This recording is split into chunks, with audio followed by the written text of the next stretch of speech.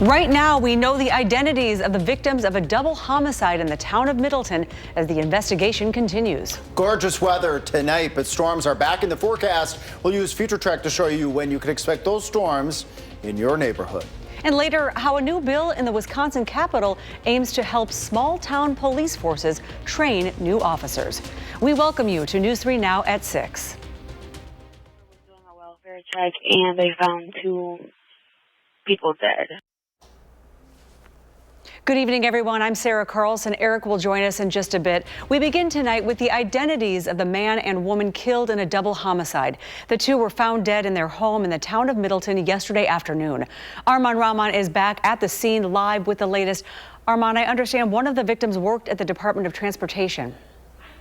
Generous supporters of concerts on the square and a smile and kind words. That's what Wisconsin Department of Transportation Secretary Christina Boardman says you could always expect from David Pabst in his more than 40-year tenure working with the department. In a memo sent to department staff yesterday, Boardman says David and his wife, Terry, were the 2 that were found dead in this home yesterday. That's what led authorities to this home on Stonebrook Circle in the early afternoon in the town of Middleton yesterday. The Dane County Sheriff's Office labeling this a double homicide just hours later and revealed the suspect left the scene in a car.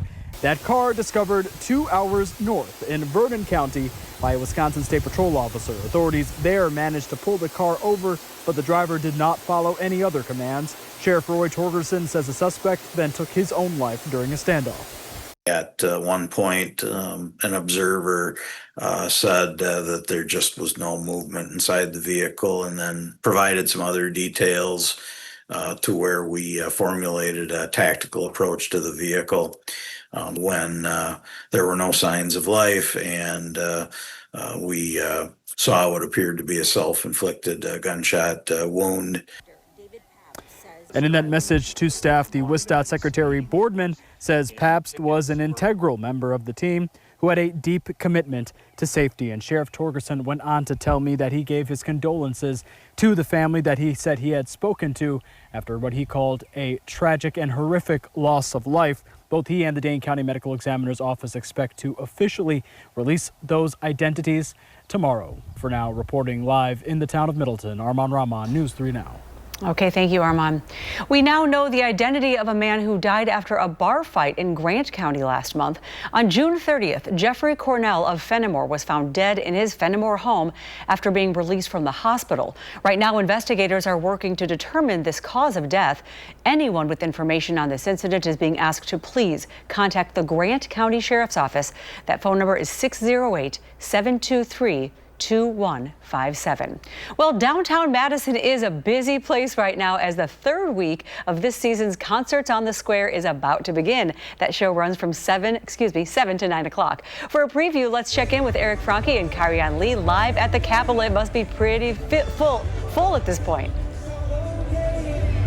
It is filling up down here, Sarah. There's not a whole lot of spots left on the lawn here, Karianne. No, like when we first arrived around 3:45, there was plenty of room, but now you're going to have a hard time finding a spot. It's that time of the night when you start to smell the food from the food trucks in the air, and it's really buzzing down here with people, and it's going to be a beautiful night. Some special music, too. Yes, some special music. We're hearing from Angela Brown, internationally acclaimed artist, soprano, so love it. It's going to be a unique sound of kind of an opera mix with the Wisconsin Chamber Orchestra. Savannah Brito, we got our morning crew with me tonight. It's great working with these ladies. They're about ready for bed, but they're hanging in there, and Savannah's got a pretty good forecast for us. Yeah, I had ice cream already. If you have ice cream, you want to eat it fast because temperatures are sitting in the 80s still across southern Wisconsin. We've still got a lot of sunshine too. A little humid. It's not bad compared to where we have sat the last couple of weeks though, but just know that if you still haven't headed out here and you plan in it, probably want shorts, maybe a t-shirt. Might want a jacket for later, but I think temperatures still at 9 p.m. are going to be in the mid-70s, so it'll be a mild evening. We are tracking some storms, and Chief Meteorologist Alex Harrington will provide more updates on the next couple of days and our storm threats Thursday, Friday, and into Saturday coming up.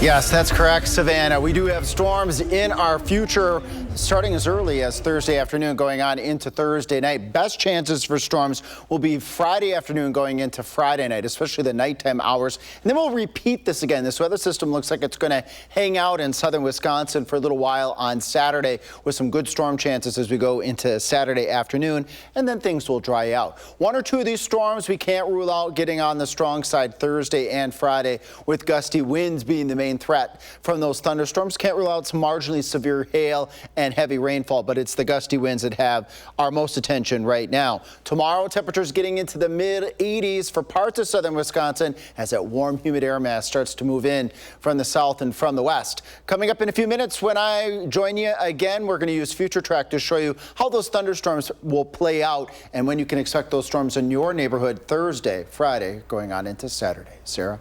All right, thank you so much, Alec. Looking forward to that. Another Republican is throwing his hat in the ring to be Wisconsin's next governor. Whitefish Bay businessman Bill Berrien is launching his campaign today. He is the CEO of New Berlin-based company Pindle Global Precision and a former Navy SEAL. According to his website, Berrien is campaigning on boosting Wisconsin manufacturing, supporting President Trump's immigration policies, and lowering taxes.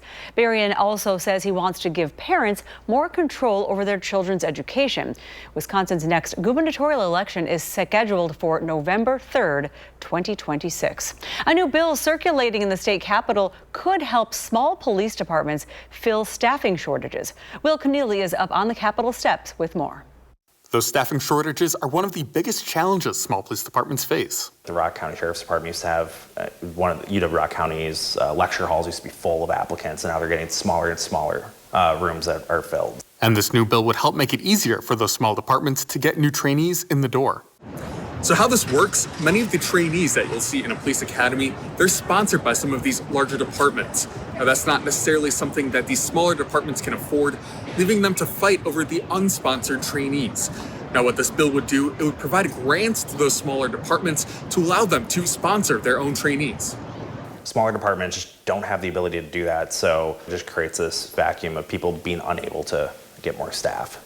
And it's a bill that has pretty broad bipartisan support. WPPA, the Fraternal Order Police, the Badger State Sheriffs, just about every major police group in the state is on board. The bill is currently circulating behind the scenes and could be introduced later this year. Reporting from the state capitol, Will Keneally, News 3 Now. All right, thank you, Will. Coming up on News 3 Now at 6, how a nonprofit is using music to honor and heal veterans. Plus, Gigi's Playhouse is on the move. We'll tell you where the nonprofit is now planning to call home.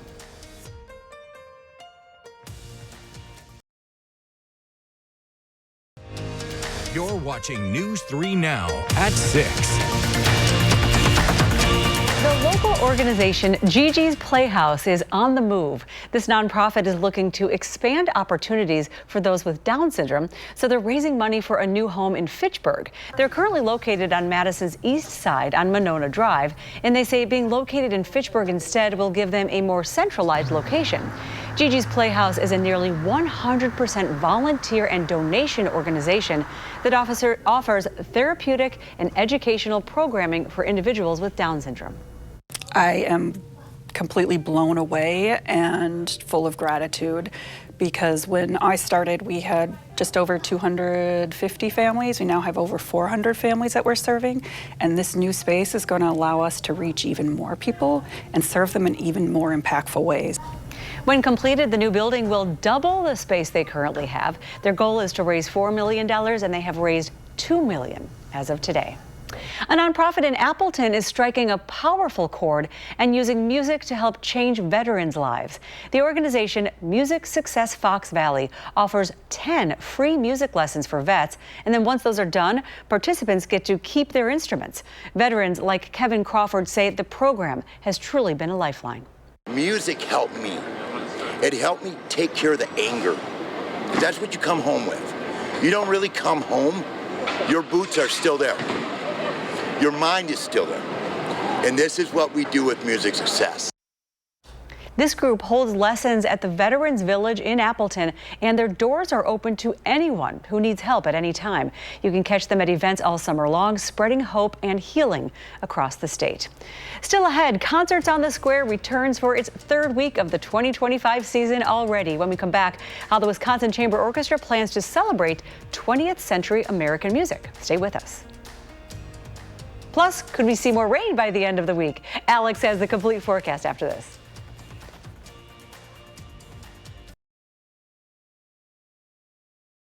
You're watching News 3 Now at 6. We have less than an hour now before the start of tonight's Concerts on the Square. This week's show is titled American Song, celebrating 20th century American music, combined with Met Opera star and internationally acclaimed soprano Angela Brown. Let's head back out live to the Capitol, where Eric Franke and Kyrian Lee are live with a special guest, and it is booming down there. It is packed down here. You mentioned Angela Brown. What a special show tonight. Yes. A soprano. We're going to hear a little opera mixed with some Gershwin, some Bernstein. It's going to be a special show. Yes, it is. Lots of people already here on the Capitol line. It's packed. So if you hear it in the background, you can hear my kiddos back here. But yes, it's going to be a good night. And we are going to jump right into what people can expect tonight. That's right. Joe Lanus from Wisconsin Chamber Orchestra joining us out. Joe, great to see you again. Great to see you. Another, nice to be back. Another packed night. And this is my first of the concert series this summer. And you've kind of changed some things down here. There's more food trucks. The perimeter is a little broader too. Expanded. Yeah, we worked with our partners at the city to expand the permit out to provide more services out sort of on the wings of the event. So more food trucks, more EMT. Hey Joe. Hey, I'm on television. You want to say hi? Come say hi. He is a popular guy down here. Yeah. See you down there. But it's not too late. That's live TV. Even at 6:15 or so, it's not too late to come down. There's a few you can squeeze in down here. Yeah. There's a few spots on the grass left and around the corners of the event for sure. Yes. And so, can you kind of just tell us about the guest tonight and like what that process has been like working with her? Oh, Angela Brown, she's an elite singer, Metropolitan Opera star. Her voice and her sense of stage presence and volume is just, it's amazing. But when you talk to her, she has this really grounding in humility. She cares about the artist she's on stage with. So it's just a real treat to have her. We had her a year ago, May, and now she's back with us on the square for the first time. We were privileged to hear a little bit of a warm-up, yes. And it is special. You know, people sometimes get emotional when they hear opera. It's got just enough of that. There'll be some music that touches the heart tonight and the soul as well. This is a massive event. You know all too well what it takes to put this thing on. $16 million, folks, is the economic impact, wow. But it costs money to do it, and we want people to be able to help out. How do they do that? Yeah, so Wisconsin Chamber Orchestra, we spend $1.1 million to put on this free live music series for our community. You mentioned the economic impact. And, you know, we ask people if they feel moved tonight, if you feel at home, you want to support this like Madison institution, it's real easy. You can text WCO to 53555 and make a contribution. Any amount helps. It helps us continue to keep this series in our community. Yeah, it is special. I'm reminded when I come down here, and I usually get one live shot down here because I'm working to 6 and 10, but this is truly Madison, man. This is so cool. And you can even do a $5 a month thing. You won't even probably miss that. Yep. You know, just set it up. Yeah, $5 a month, so you can join the Friends. Again, text WCO to 53555.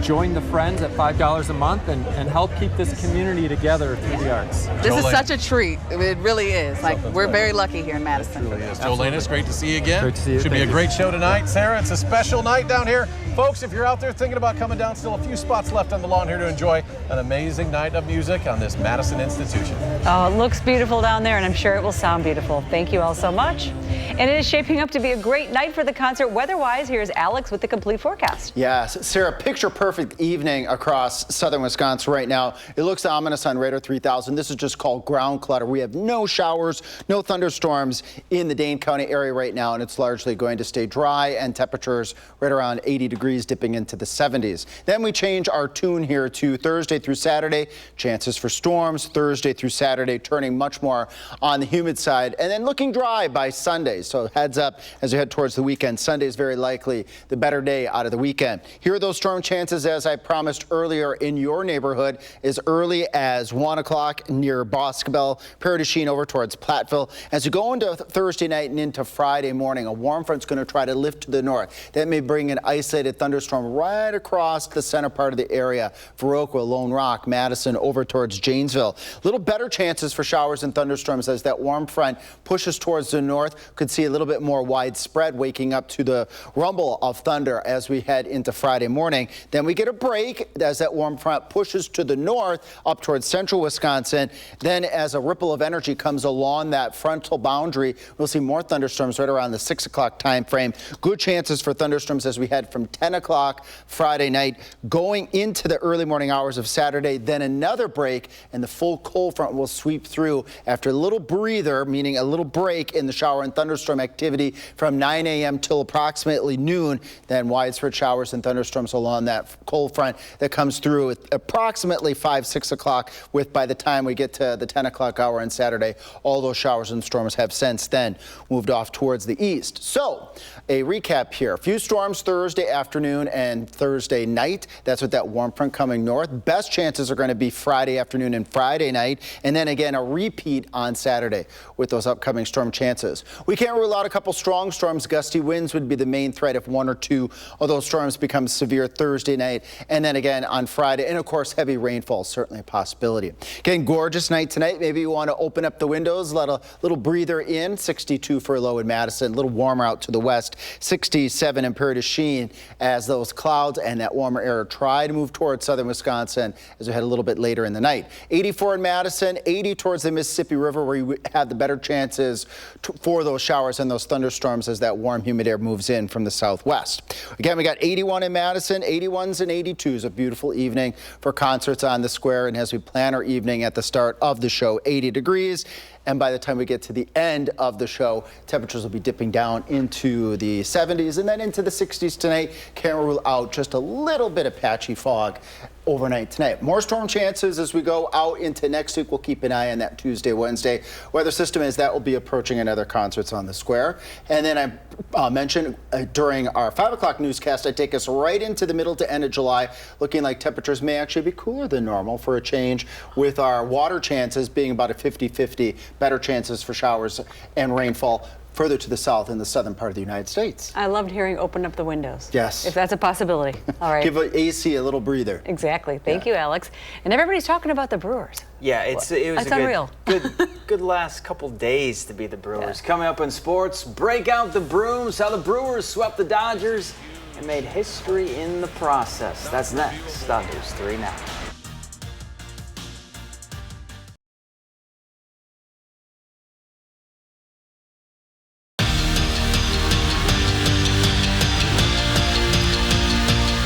Two games into their series against the reigning World Series champs, and it's been all Brewers. The crew have outscored the Dodgers 12-2. Now all that's left to do is break out the brooms and make some franchise history. Sweep LA in Milwaukee for the first time.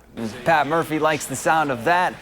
He'd also love this. Ninth inning, Brewers down 2-1, and Andrew Vaughn comes up clutch. He bloops one into the outfield to bring in the game-tying run. That's his 5th RBI in his first 3 games as a Brewer.